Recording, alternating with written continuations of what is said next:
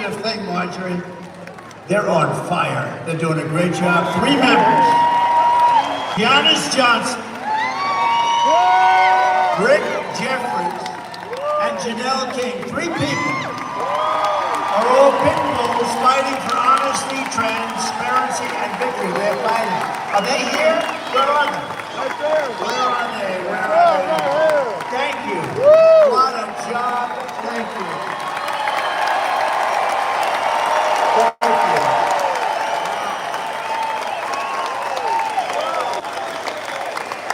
But we have a couple of other members that aren't so good. We have some that aren't so good, but these 3 are really doing the job because they don't want to see this happen. That will destroy our country. They just passed a rule for Georgia elections requiring that 3 people at each precinct independently count the total number of ballots before certification. Who could be against that? Who could be against that? Thank you, Janice, very much. That's really amazing. Thank you all. Thank you all. Those are great people. I'd say brave, but I mean, to you, it's like, but you got to do what you have to do, right? It's not like a question of brave. They said I was brave 2 weeks ago. I had to do what I had to do. It's not like brave, right? It's just, we do the right thing. Go. My courage was contagious. Well, your courage is contagious.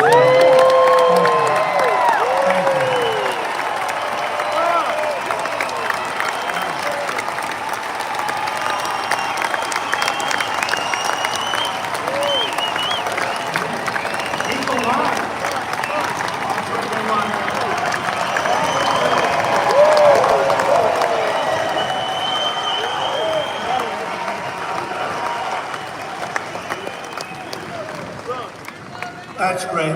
And those 3 people are incredible. Let me give you the bad news. It's that for whatever reason, Brad Raffensperger and Brian Kemp, Raffensperger and Brian Kemp, your governor, who I got elected, by the way. If it wasn't for me, he would not be your governor. I think everybody knows that. He's a very disloyal person, isn't he? Very disloyal. But these 2 are doing everything possible. Plus, your Attorney General would like to see him show up and do something. But, I mean, look at the love and adulation and applause. Because this is like a poll. It's like a poll. We have thousands of people. That's better than going out and paying $500,000 to have some pollster go out and poll 212 people. Look at this. Look at the love they have for Janice. Look, that's what people want. They want to have honest elections and they want to have strong borders. You know? Very simple. But your governor, Kemp, and Raffensperger are doing everything possible to make 2024 difficult for Republicans to win. What are they doing? I don't know. They got something in mind, you know, they got a little something in mind. Kemp is very bad for the Republican Party. He wouldn't do anything. You know, we have Burt Jones over here. We have Burt Jones. All he wanted in the Senate was to have a special resolution passed, and it was all done. Every senator wanted it, every Republican wanted it, and we have Senator Beach here someplace too. Where's Senator Beach? Oh, I can't forget him. We can't forget him. A warrior, you know that, and many others in this group. But all they wanted was to have just special, we want to go over the election. We want to look because there's too many things. And the governor wouldn't sign it. And I knew he would because I got him elected. I sent a young guy over to his office, would you please have him sign this? And the kid came back, he said, sir, he won't sign. Of course he will. I got him elected, give me a break. Of course he will. No, he wouldn't. And then I said, well, go back over, tell him it's for me. It's a good thing, not a bad thing. They want to look into possible election fraud. Wouldn't you say, Senator, that's a good thing, right? They want to look into election fraud. It comes back, sir, I said it was for you. This was a few years later, after I won him the election. Don't forget, I endorsed him, and you had a very good man, Casey Cagle, your lieutenant governor. He was going to win easily. And David Perdue is David. I love David, but that was his only mistake. He said, sir, would you endorse a friend of mine, Brian Kemp? I said, who's Brian Kemp? He said, he's a friend of mine, sir. And Sonny came too. This was probably the only mistake of David's life. That was a pity, David. Thanks, David, I appreciate it. And I endorsed this guy. He was like way down on the list. He was doing terribly. And he immediately, you know, my endorsement means a lot, and I'm very careful with it. And I endorsed him, and he won in a landslide. And then he said, I can't beat Stacey Abrams. I can't beat her. She's going to be too tough. And she felt that too, by the way. She still feels it. You know, she's constantly saying she won the election. She can say it, but I'm not allowed to say it. I'm not allowed to say it. And Michaela, I love you, Michaela. I'm in love with Michaela. Please explain that to Melania. Please explain that to our first lady. You're fantastic. Now, you are a special person. But I endorsed him, and then she said, I can't beat Stacey Abrams. He said that, and his wife said it too. I said, well, you won the nomination, so let's do some big rallies. And I did about it at an airport, massive rallies, 55,000 and 52,000. There may have even been a third, I don't know. I remember 2 monster rallies. And I said, you're gonna win. He said, I don't think so, sure. I said, no, you're gonna win, I'm telling you. I can tell the vibe of the people. I'm like, I think, David, 287 and 0 in the last 12 months with endorsements. People my endorsement, and I respect them, and I love them. I love them. So I had these 2 big rallies, and he won. He did win. He won by like 2%. And his wife looked at me and said, thank you, sir. We'll never, ever be able to repay you for what you did. You got my husband the nomination, and then we beat somebody who was unbeatable. You know, she was in theory unbeatable. She was the hottest politician in the country at the time. Democrat politician, I would say I was hotter because I was president. I was hotter. I'm only kidding, Marcia. I'm only kidding. Although maybe I'm not kidding, actually. No, she was like the hottest, certainly the hottest Democrat politician in the country. And she was going wild for years. She's still going wild. She can't even believe it. But I got him by doing massive rallies. I really worked hard. He's the most disloyal guy I think I've ever seen. But think of the wife. We can never repay you for what you've done, sir. We could have never won. And now she said 2 weeks ago that I will not endorse her because she hasn't earned my endorsement. I haven't earned her endorsement. I have nothing to do with her. Somewhere he went bad. And you know what? Your numbers in Georgia are very average. Your crime numbers, your economic numbers, all of your numbers, you're very average. You can do a lot better, and you'll do a lot better with a better governor. You can do a lot better, just so you know.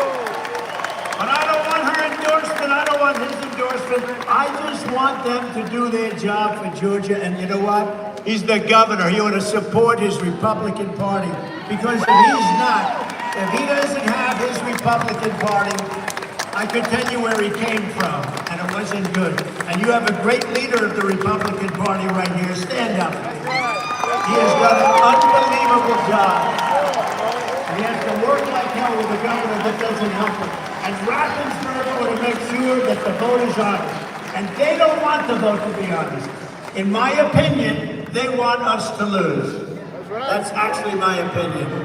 And we can't let that happen. Because if we lose Georgia, we lose the whole thing and our country goes to hell. Because we can't have her be president of the United States. She's grossly incompetent. We can't let that happen. They're the ones, don't forget, who got Fonnie Willis and her lover boy boyfriend all jazzed up. This guy, the governor, you know what? She's an embarrassment to the state of Georgia. He's the governor of Georgia. He ought to do something. Many, many people, their lives have been, forget about me, many people, I'm used to it. It's true. I'm used to fake crap that goes on with these politicians. But many, many people, their lives have been destroyed because of Fonnie, F-A-N-I, Fonnie. You have to pronounce it Fonnie, it's called Fanny. You have to pronounce Fonnie. I don't know how she gets, she should add a little U in there someplace if she wants people to call her. No, her and her lover, right? Lover boy Wade. She hired him because of experience. paid him almost $1 million a year for experience. He's got great experience. He never did a thing like this in his life. He knew nothing about it. The only thing he knew about was something else. He knew about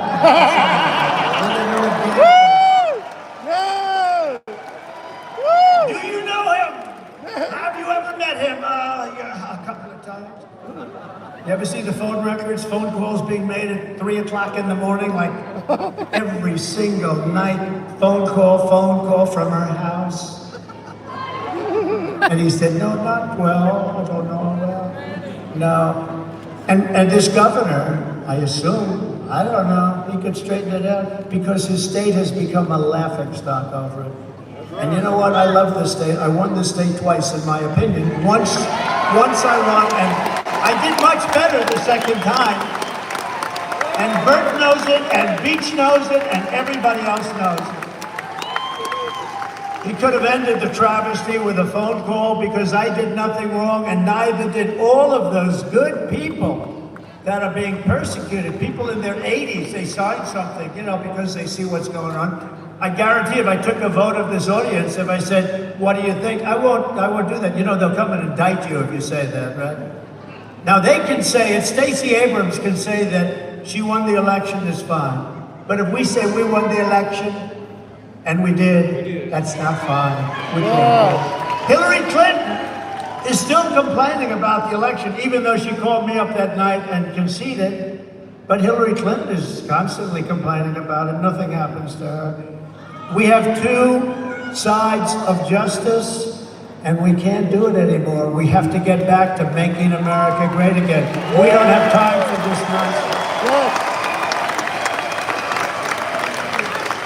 I mean, Bonnie wanted to indict a certain U.S. senator who had nothing at all. He's saying, why are they calling me? I won't use his name because I don't want to hurt him. But she wanted to indict, and somebody along the way stopped her from doing it. She had many, many more people. She was going to indict almost everybody that came into the state for a visit. But Kemp doesn't want to end it because he's a bad guy, he's a disloyal guy, and he's a very average governor. Little Brian Kemp. Bad guy. But think of it. I got this guy, just think, and then that's it. I got this guy nominated, I then got him elected. Without me, he doesn't get nominated and he doesn't get elected. He had no chance of winning either one, and all he had to do is sign something where the Senate would like to look at election integrity. This is an honest man. That's an honest man. They were all honest. They were looking at something very legitimate. And this bad guy said, I'm sorry, sir. I can't do it. I called him. And I said, Brian, they're looking at election integrity. Is there anything you can do? I'm sorry, sir. I can't get involved in that. I said, but Brian, you don't understand. This is a good thing, not a bad thing. I'm sorry, sir. I can't get involved. I've had you up to here, Brian. I've had you up to here. He's a bad guy, and he's not doing this country a good service. People are looking at Georgia with Bonnie and her lover and all of the other things, saying, what the hell is going on in Georgia? What the hell is going on? The radical left Democrats rigged the presidential election in 2020, and we're not going to let them rig the presidential election in 2024.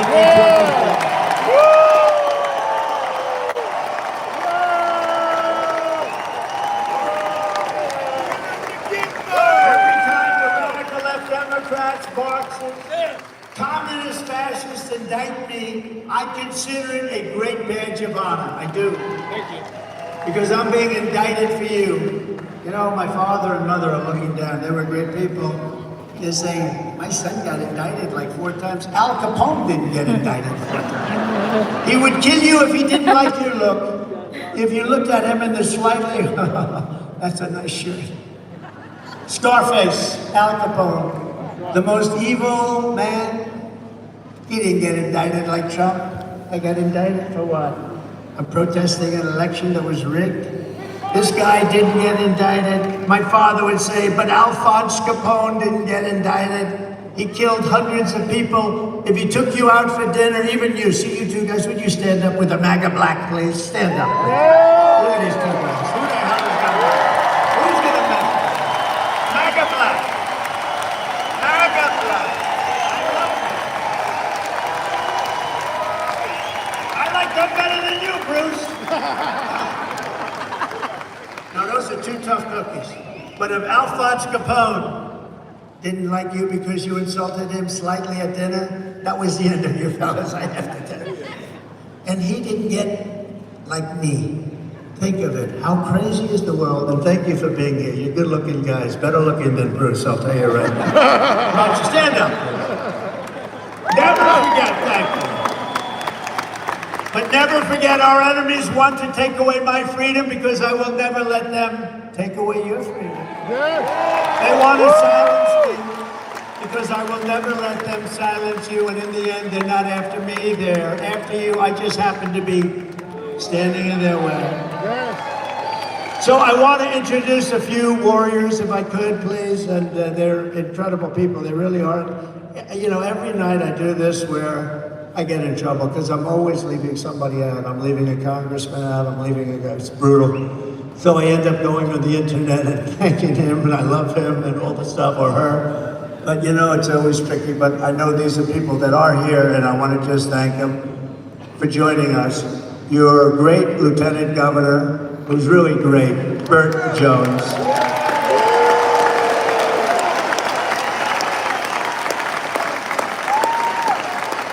And his father is here. You know, his father's a legend he's a legend, literally, in Georgia, as an incredible politician, and then he left. He didn't lose, he left, and he went into business, and he's been tremendously successful. He really is a legend. His name is Bill Jones. Does anybody know Bill Jones? Bill? Where is Bill? Good. I saw him backstage, he's fantastic. Representative Mike Collins, thank you, Mike. Thank you very much. Thank you. Thank you. Where is the preacher that was back there talking to me? Where is he? Huh? Chris, oh, he went with your father. Oh, your father's smart. I always said that. Stays with those preachers. Rick Allen and Marjorie Taylor Greene. Thank you. Thanks, Rick. Great job, Rick. Thank you. You know, I've known Marjorie from the beginning. And she's an amazing political person. I don't like to say politician, she's beyond that. She's really loved and respected by so many people. And in Washington, when she calls, they get very nervous. Oh, please. She's fantastic. So I thank you both for being here. Appreciate it. And a future congressman, he'll be one of your best. He's been with me for 8 years. And you know, he always wanted to be a congressman. Then his district opened up and he said, do you think I could do it? I said, you have my complete and total endorsement. Brian Jack. Brian Jack. Great guy. He's going to be a great congressman. What he wanted to be. And he's fantastic. You guys are going to love Brian, right, Marjorie? Also, we alluded to him and talked about him, but I'm going to talk about him very positively. He was really a great senator. He was a great man in so many different ways. He was respected more than anybody. I mean, everybody respected him in Washington. Very successful businessman that he ran for office, a little bit like the Trump schedule of events. But he was really a fantastic person in Washington, somebody that I was very close to, David Perdue. David, thank you.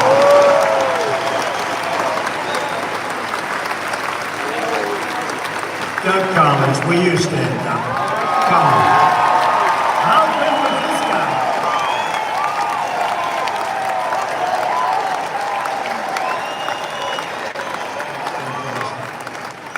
I'm glad I spotted him.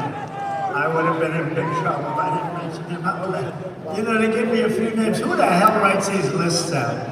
These people, somebody's getting me in big trouble. It wasn't that way when I had Brian Jack doing this, I'll tell you. I got lucky. And I see somebody that I know very well, one of the truly great members of the King, of the Martin Luther King family, one of the greats. Will you please stand up? I didn't see you. My friend from the beginning, I would have been in such trouble. If I didn't mention you, I would have been in big trouble. Thank you, darling. One of the truly great people. I've been with us from the very beginning, I would say, right? Very beginning. Thank you, darling. Boy, am I glad I'm looking over this audience. I don't like this. I'm telling you, this would not have happened if Brian Jack were doing it, which he did for many. Agriculture Commissioner's done a fantastic job. Tyler Harper. Tyler, thank you very much. Thank you. And John King, Insurance and Safety Fire Commissioner. John, thank you. Great job, John. Labor Commissioner Bruce Thompson. Bruce? Thank you, Bruce. Public Service Commissioners, Bubba. I love Bubba McDonald. I love that name. I want to change my name. And Fitz Johnson. Thank you both. Thank you both. And Elvita. Good. They did have your name down, Elvita. I would have been in trouble if I didn't pick, but I picked it even with. And Richard Wood, Superintendent of Schools, who I hear does a great job. Richard, thank you. Thank you, Richard. Pastor Benny Tate of the Rock Springs Church.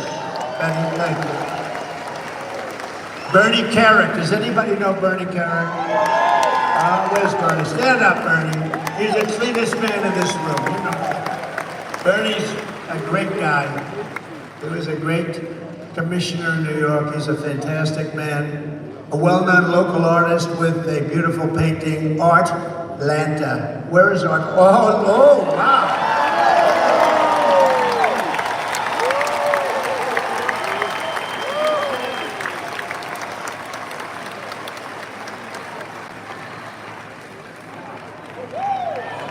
That is beautiful. I wasn't going to bring him up. Then I saw the painting. I said, come on up, because maybe he'll give it to me. Wow. Come on up. That's okay.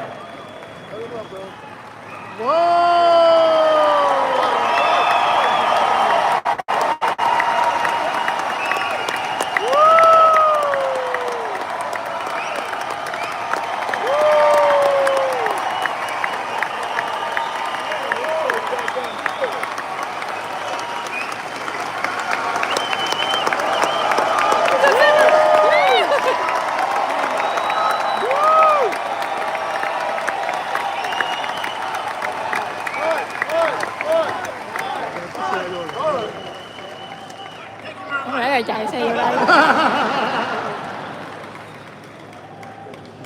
You should sign it! Sign it! Sign it! Sign it!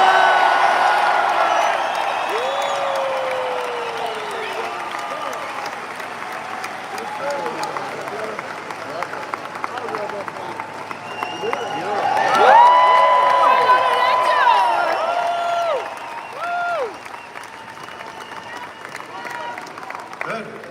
That's a real artist. Awesome. I brought him up because I thought he was going to give it to me.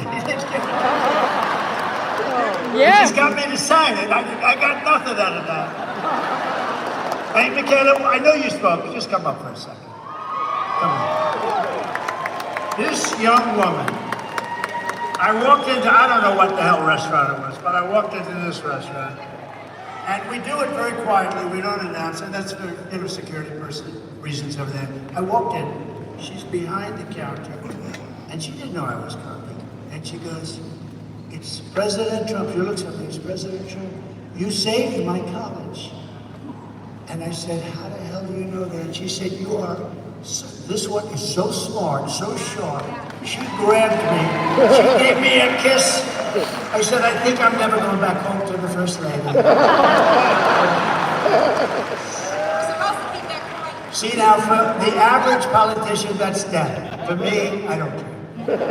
I just want to tell you, you are an unbelievable person with a great personality. You lit up the whole room. I said, weeks later, I'd go, who is that person that was so incredible? She knew everything about me. She had no idea I was coming. She knew everything about me. And you know, the historically black colleges and universities, I gave millions and millions, billions of dollars to. They kept coming back. And I said, why are you doing this? And we gave them long-term funding. And she knew that because she said her college, she loved her college. She said it was so great, right? You loved it. Yeah, that's right. She loved her college, and she said, you saved my college. What was your college? The illustrious Clark Atlanta University.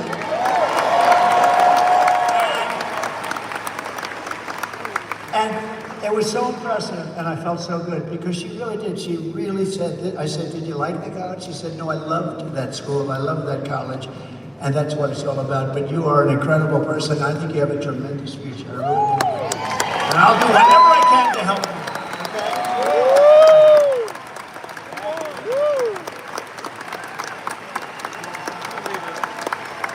You know, I thought I was done. But I do want to add on to some of the remarks that were made by others, and we do need to do our best to get the message out there. The fight is nothing if all we do is talk about it amongst ourselves.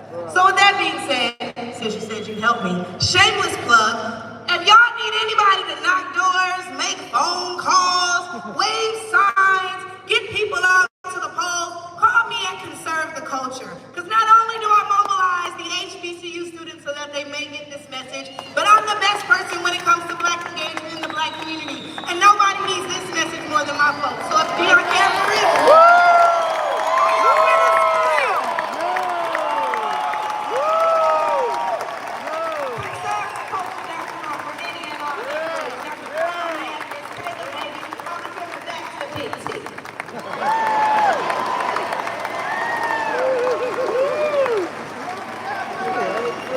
Wow. and last thing, make sure you guys tune in to my podcast dropping soon on the Patriot Prayer Network. Thank you all. You are the... Yeah. You're the best president. Yeah. That's a great person, great woman. Thank you very much. Thank you very much. From the moment we take back the White House from Kamala and Crooked Joe, and he is crooked as a $4 bill, I believe we're going to have the 4 greatest years in the history of our country. Starting on day 1, we will end inflation and make America affordable again. We're going to make it affordable again. Thanks to Kamala Harris's tie-breaking vote here in Atlanta, you suffered the highest inflation of any city in the country last year. Good job, Governor. Great job, Governor. Under Kamala, the typical Georgia family has lost $28,000 in inflation and to inflation hikes. To bring down the prices of all goods, we will stop the Biden-Harris war on American energy. We will. American energy is such a big deal. We will drill, baby, drill. Everything else will float with it. We will terminate the Green New Scam, and I will end the Biden-Harris electric vehicle mandate right on day 1. It will be ended. We will pass massive tax cuts for workers, and that includes no tax on tips, Michaela. Yeah.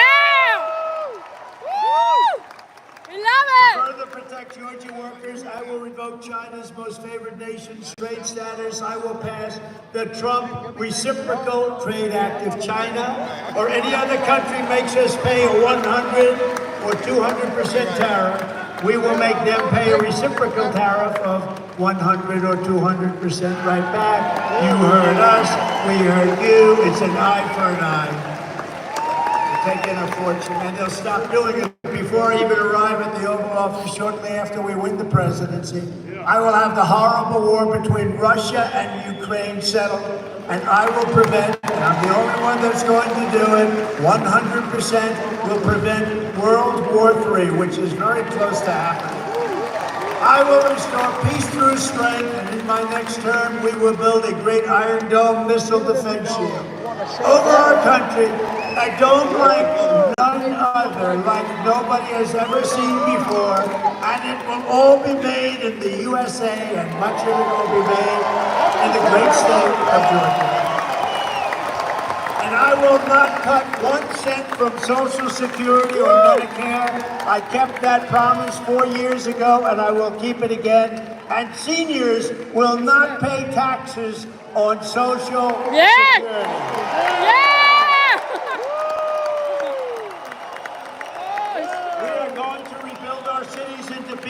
hope, safety, and beauty better than they have ever been before. We will take over the horribly run capital of our nation in Washington, D.C., and clean it up, renovate it, rebuild our capital city so there's no longer a nightmare of murder and crime. We're going to stop the murder and crime. You go down from your state, you end up getting mugged, murdered in our capital. It'll be run tough and strong by our great police officers, but rather, we will become the most beautiful capital anywhere in the world. I could say again, but it's been so badly run for so long, I almost don't want to say again.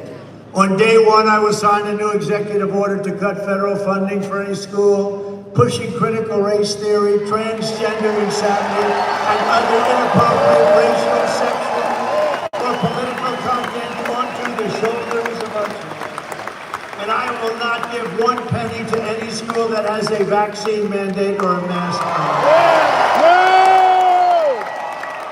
And I will keep men out of women's sports. If Kamala Harris gets in, the travesty that is taking place at the Paris Olympics will come to America when we host the Los Angeles Olympics. And by the way, which I was president, we happened to get it. I was the president. I also got you a thing called the World Cup, which is coming very soon. I might as well say it myself because nobody else will say it. But I got them both, and you're going to have a lot of fun with it, I hope. Harris is a radical trans activist, and she is the candidate of letting men beat up women in the name of tolerance. But you look at what's happening over in Paris, it will never happen here. I will never let it happen. I will get old males off your daughter's soccer teams and volleyball teams and get them out of your locker rooms once and for all. That's going to be cleaned up, and we will fight to make sure that the LA Olympics protects women and protects girls. I will fully uphold the Second Amendment, and we will protect innocent life, and we will restore free speech in our country. We don't have free speech any longer. And very importantly, I will and this is so, to me, so important, what we've been through in this country, I will secure our elections. Our goal will be one-day voting with paper ballots, proof of citizenship, and voter ID. But until then, Republicans must win. We want a landslide that's too big to win.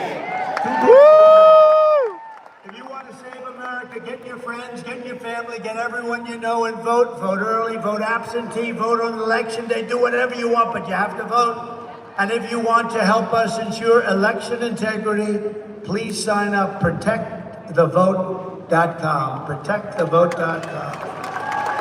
So, in conclusion, from Marietta to Macon, from Savannah to Columbus, from Augusta to right here in Atlanta, we inherit the legacy of red-blooded American patriots who gave their blood, sweat, and tears to defend our country and defend our freedom.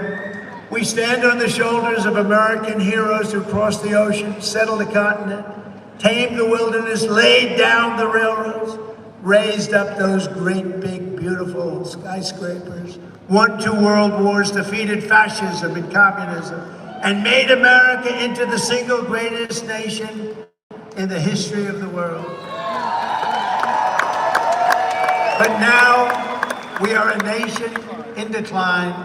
We are a failing nation. We are a nation that has lost its confidence, lost its willpower, and lost its strength. We are a nation that has lost its way. But we are not going to allow this horror to continue. Less than 4 years ago, we were a great nation, and we will soon be a great nation again.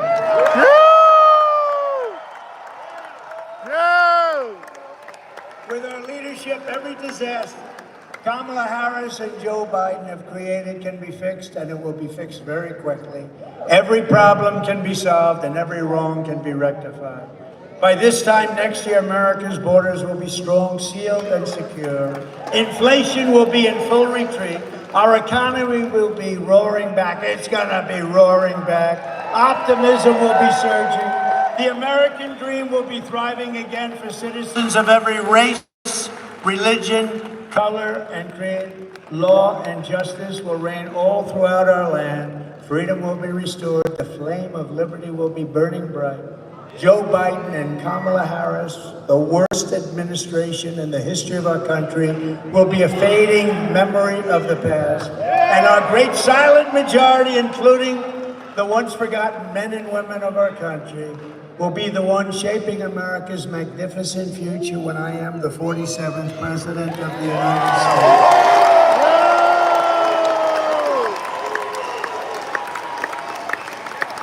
Because we are all Americans, and together we will show November 5th to be the most important day in the history of our country. We are one movement, one people, one family, and one glorious nation under God, and together we will make America powerful again. We will make America wealthy again. We will make America strong again. We will make America proud again. We will make America safe again. We will make